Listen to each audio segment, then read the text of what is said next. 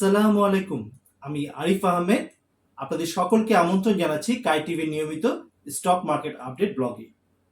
তো আজকের ব্লগে আমরা যে বিষয়টি নিয়ে আলোচনা করব সেটি হচ্ছে গিয়ে খুব অতি সম্প্রতি আমাদের স্টক মার্কেটে আরও একটি আইপিও আসতে যাচ্ছে। তো সেই পুঁজিবাজারে আসছে ঢাকা থাই অ্যালকো মেট্রো।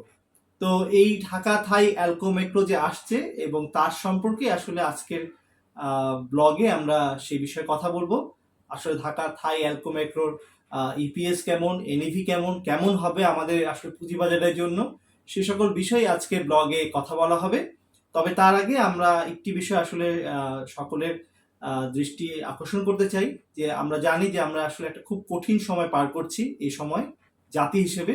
তো এই কঠিন সময় যেন আমাদেরকে আল্লাহ তাআলা ধৈর্য ধারণ করার ক্ষমতা দেন এবং আমরা যেন খুব সহজে এই চ্যালেঞ্জটিকে মোকাবেলা করে সামনের দিনগুলোতে একটা সুন্দর সমাধান নিয়ে এসে সবাই একে একে ভাইয়ে ভাইয়ে সামনের দিকে এগিয়ে যেতে পারি দেশকে নিয়ে, এমনটা যেন তৌফিক দান করেন। এই কামনাই করব, এই দোয়াই করব এবং আপনারাও আমার সাথে অবশ্যই দোয়া করবেন যেন আমরা এক জাতি এক দেশ হিসেবে সামনের দিনগুলোতে এগিয়ে যেতে পারি।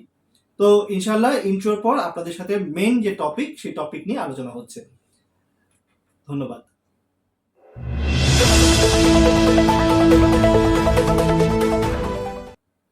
অসংখ্য ধন্যবাদ আমার ইউটিউব চ্যানেল অথবা আমার ফেসবুক পেজ কাই টিভিতে আসার জন্য। যদি আমার এই ইউটিউব চ্যানেল কাই টিভিতে আপনি প্রথমবার এসে থাকেন তবে অবশ্যই চ্যানেলটিকে সাবস্ক্রাইব করে দিবেন। আর যদি এই মুহূর্তে আপনি ভিডিওটি আমার ফেসবুক পেজ কাই টিভিতে দেখতে থাকেন তবে অবশ্যই চ্যানেলটিকে ফলো দিয়ে রাখবেন। তো আর বেশি কথা বাড়াবো না, একেবারেই আমরা যে মেইন টপিক সেই টপিকে চলে যাচ্ছি যে পুঁজিবাজারে আসছে ঢাকা থাই অ্যালকো মেট্রো। আসলে পুঁজিবাজার থেকে অর্থ সংগ্রহ করতে চায় ঢাকা থাই অ্যালকো মেট্রো পিএলসি। কোম্পানিটি পুঁজিবাজারের প্রাথমিক পাবলিক অফারিং, যেটাকে আমরা আইপিও বলে থাকি, এর মাধ্যমে এই অর্থ সংগ্রহ করবে। এছাড়া সাম্প্রতিক সময়ে পুঁজিবাজার নিয়ন্ত্রণ সংস্থা Bangladesh securities and exchange commission কাছে তারা কিন্তু এই আবেদনটি করেছে।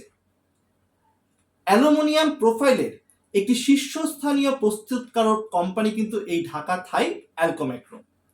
ব্যবসা সম্প্রসারণ এবং স্থায়ী বাজারে ক্রমবর্ধমান চাহিদা মেটাতে পুঁজিবাজার থেকে 30 কোটি টাকা সংগ্রহ করতে চায় এই কোম্পানিটি। এই জন্য কোম্পানিটি 3 কোটি শেয়ার ইস্যুর সিদ্ধান্ত নিয়েছে। ঢাকা থাই অ্যালকো মেট্রো স্থানীয় অ্যালুমিনিয়াম প্রোফাইলের বাজারের প্রায় 20 থেকে 22% মার্কেট শেয়ার ধারণ করে। কোম্পানির লক্ষ্য হলো এমপ্লয়মেন্ট এবং উচ্চমানের পণ্য প্রবর্তনের মাধ্যমে বাজারে অংশীদারিত্ব প্রসারণ এবং ক্রমবর্ধমান চাহিদাকে পুঁজি করা। অর্থাৎ আমাদের কিন্তু আসলে অ্যালুমিনিয়ামের একটা বড় চাহিদা রয়েছে এই বাজারে, আর এই চাহিদাটাকে মেটাবার জন্যই কিন্তু তারা আসলে পুঁজিবাজারে আসছে, যেটা আমরা জানলাম যে তারা প্রায় 30 কোটি টাকা আসলে মার্কেট থেকে উঠাবে এবং তার জন্য কিন্তু তারা 3 কোটি শেয়ার মার্কেটে ছাড়তে যাচ্ছে। সম্প্রতি বছরগুলোতে উচ্চমানের কাঁচামাল এবং জ্বালানি খরচের কারণে অ্যালুমিনিয়াম কোম্পানিগুলোর কার্যক্রম খরচ উল্লেখযোগ্যভাবে বেড়েছে। শিল্প সংস্থাগুলোর জন্য লাভের মার্জিন হ্রাস পেয়েছে।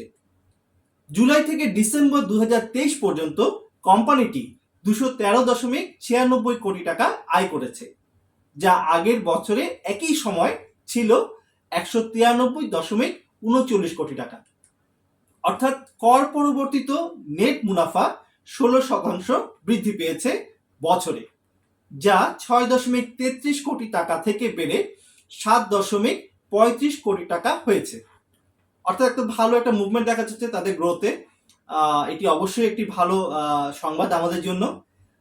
আসলে এই সময় শেয়ার প্রতি আয় ছিল 0.55 পয়সা এবং 2023 সালের ডিসেম্বর পর্যন্ত শেয়ার প্রতি নেট সম্পদ মূল্য ছিল 11.32 টাকা।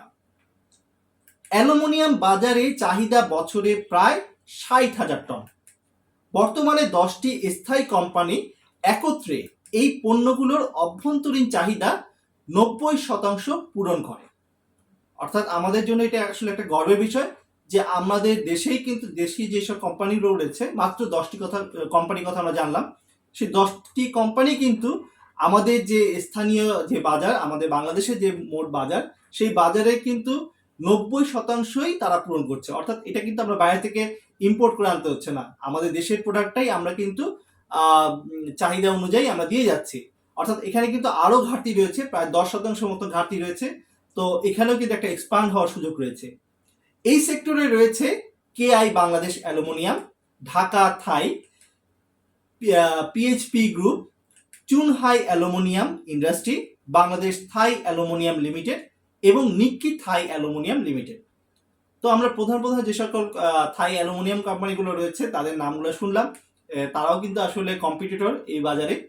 তো এটা একটা ভালো একটা সেক্টর আসলে এখন বর্তমানে, এবং এই একটা ভালো সেক্টর থেকে কিন্তু আমাদের এই নতুন যে ঢাকা থাই অ্যালকো ম্যাক্রো পিএলসি কোম্পানিটা আসতে যাচ্ছে, সেটি কিন্তু এই সেক্টরের মধ্যেই অন্তর্ভুক্ত। তো ঢাকা থাই অ্যালকো ম্যাক্রো পিএলসি ইস্যু ব্যবস্থাপক হিসেবে দায়িত্ব পালন করছে কিন্তু আমাদের প্রাইম ব্যাংক ইনভেস্টমেন্ট লিমিটেড।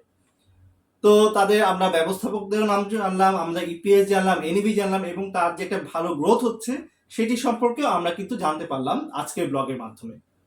তো আসলে আমাদের স্টক মার্কেটে যদি ভালো কোম্পানিগুলো একের পর এক আসতে থাকে, তবে কিন্তু যেই কোম্পানিগুলো ভালো পারফর্ম করে সেই কোম্পানিগুলো ভালো ডিভিডেন্ড দিবে, তাদের প্রাইসও ভালো থাকবে। তো সব মিলিয়ে কিন্তু আমাদের বিনিয়োগকারী যারা রয়েছেন তারা কিন্তু একটা স্বস্তি নিঃশ্বাস ফেলতে পারবে যদি আমাদের স্টক মার্কেটে ভালো ভালো কোম্পানিগুলো লিস্টেড হয়।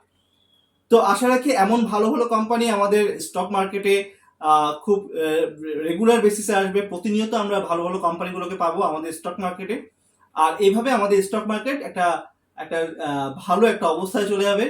একটা কর্পোরেট গভর্নেন্সের মধ্যে থেকে একটা কিভাবে একটা ভালো কোম্পানিকে নিয়ে আসা যায় সেই ব্যবস্থাগুলি করবে আমাদের আসলে যারা ইস্যু ব্যবস্থাপক রয়েছেন।